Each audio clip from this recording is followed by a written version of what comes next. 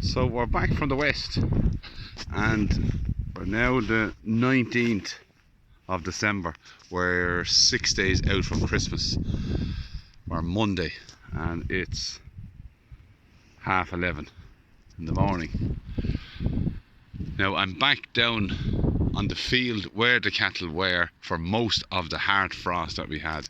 Now the cattle I moved Friday evening. I went away Saturday morning, so the cattle went up the lane here and they're now in the field up there, and they have been since Friday evening, and I'm just after giving them a full bale of silage, 3 loads. So I wanted to walk back down here again and just record for record purposes what the place is like after them going. Now this is where they were for the majority of the frost, and I'm fascinated by it. It absolutely looks amazing. Now some people might think it's an absolute bloody mess, but you can see all them rushes on the lower side. All the tips are gone off them, and all that brown there is where I've been feeding silage for the last while they were here. Now there's a little hollow here now where the rushes were very strong. Let me just show you these here, all battered down, all the tips ate. Now this was frozen solid. Now she's right back to Irish land again. But look at this in here now. Now that's real soft ground in there. That would have been ploughed up completely if it had been in this condition when I had them on it. So I'm delighted I took the advantage of the cold weather to keep them here. Now let me just go up the way here a bit. So all that brown ground you're seeing there now is a covering of silage. Whatever they didn't want to eat now, it's very, oh God, what's wrong? Hang on. There we go. It's very little, but it's a covering. And look at the dung that's left. That is unbelievable. See, there's your silage that's left in the ground. And there's your dung. The dung is perfect and spread out now. Can you imagine if I left a feeding ring right there in the middle and the cattle were eating out of it, and I was driving in here with a big heavy tractor every day and landing a bale down in that same high spot there now, the mess that this place would have been in. And you would have to come in the next year then and spread out all the dung and all the silage that was left around it and try and clean up the place, and you'd have big old tractor marks coming in there. But this place now, I'm really looking forward to the spring now to see what this looks like. Aside from the wind is blowing again. We're back on or into our Atlantic Ocean weather, blowing in rain and wind, but that is the ground that's there. And let me just see, there's birds already scratching at that dung and spreading it out. So there's crows or something coming in here.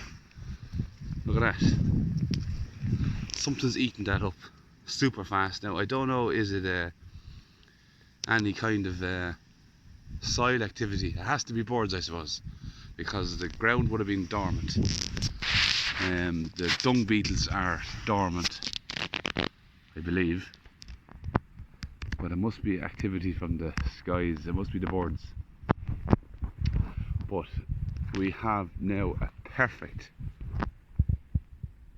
field here to be rested, and this is going to have super grass come the springtime. So I'm very happy with that now. I have my fence left up there. I need to take it off, take it down. But I'm going to go back up to the cattle here now again. I'll walk up, I'll press pause here now, and I'll show you what they're looking like. Now the bit of grass I did give them, they have it ate. So they're on silage today. Now there was a bit of rushes now that was in the bale I got.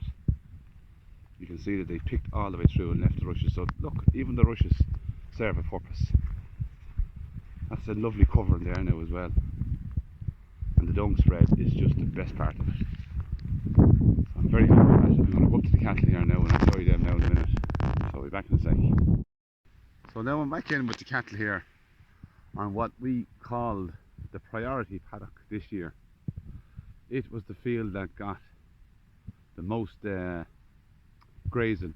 I was watching for it every time it was fully recovered, and what I was doing was I was stopping where I was and I was coming straight back to it. So we're on this field here now. So this is the first of the kind of second rotation, winter rotation, as in it wasn't really fully recovered, and it was never going to be fully recovered because it was too late in the year, my last grazing, for it to be fully recovered. So this is what they came on to on Friday evening. Now it was still an inch of frost on it when they did come in, and it was frozen solid, so they've been on it all day Saturday, all day Sunday, and now we're Monday morning now, so they were kind of anxious to get moving or else get silage, and they did get silage, so they're up there now.